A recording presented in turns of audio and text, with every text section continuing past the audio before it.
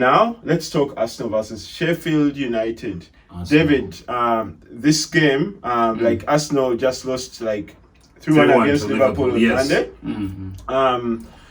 Do you think that like the way Arsenal performed in that game has raised more questions about like what we're going to see from Arsenal going forward? Not really. One thing, I think Arteta said it well. He said they tried all the tactics they had. You see, Arteta, in my own opinion, understands football. And I think he learned very well from Guardiola. But does he have the machinery to play that kind of football? That is the problem. He kind of improvised with starting with the three at the back to give stability in the midfield. You know, he's going on with that system because the players now, I can see Arsenal players are working hard, but you can work hard and still fail to win because you do not have the brain and the smartness to understand your positional sense. You could see even the goals they conceded, they were all positional goals.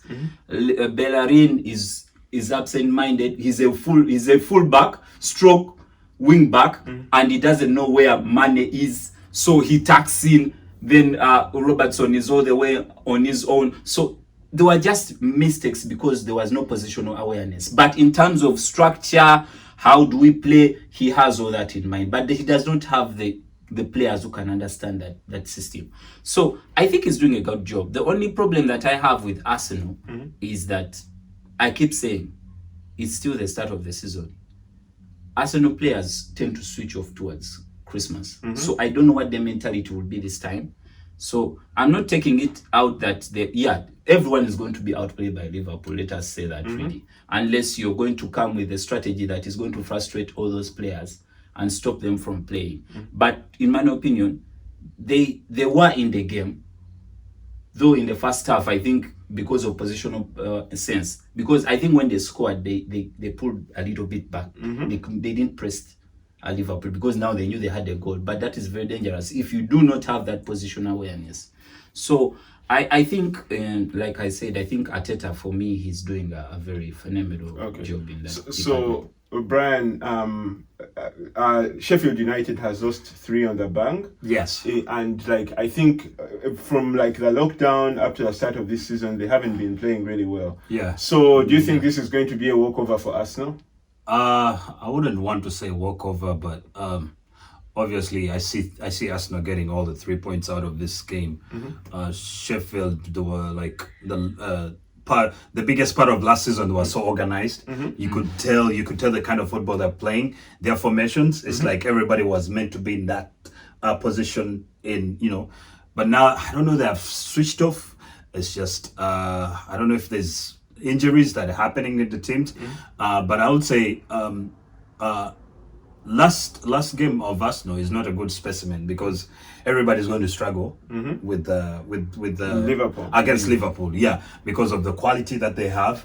With me, the problem that I have of Arsenal is that lack of flexibility, because you did see how wasteful Lacazette was, and I don't know, like, why isn't it like the coach says Oba, go in the middle, because I feel like if Oba had 3 chances, he would score 2, right? That lack of what? Because why doesn't Oba play through the middle? I'm still asking that question. If Lacazette is not scoring those goals, why doesn't Oba just go in the middle and provide the goals? Because Oba has been the main man all along, But now things are falling to Laka. He's the wrong guy to trust, Well, so I think you could say that, Lacazette has played like 3 games this season, and he has scored 3 goals. He had scored at least a goal in this game. I know that, in the Liverpool versus Arsenal game, he had to take those chances, and those chances mean the difference between getting a point or going away with nothing. So I mean, we have to ask exactly. Imagine if Oba was the one in the middle. I think Oba could take 2 chances. I think he'll be able to take at least one. But in my own opinion, like I said before, the way the system that Arteta is using, like I said, he's using a system where he wants the way he wants to play, but doesn't have the machinery.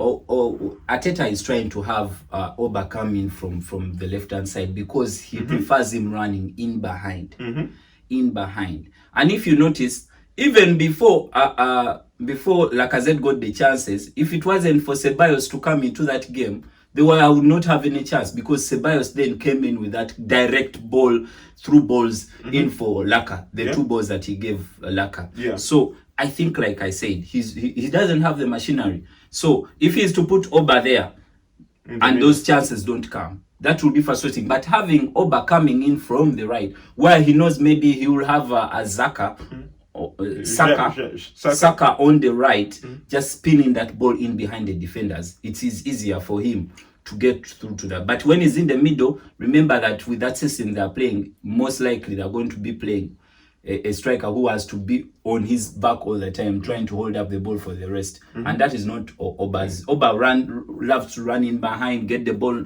and then run in. So it's I understand why he's doing that. But to go to just give a view about Sheffield United, I remember before the season started, we had our first preview, and I told you that to me, in my own opinion, Sheffield can't be 2 season lucky, because the amount of energy they use while playing the game is quite astonishing.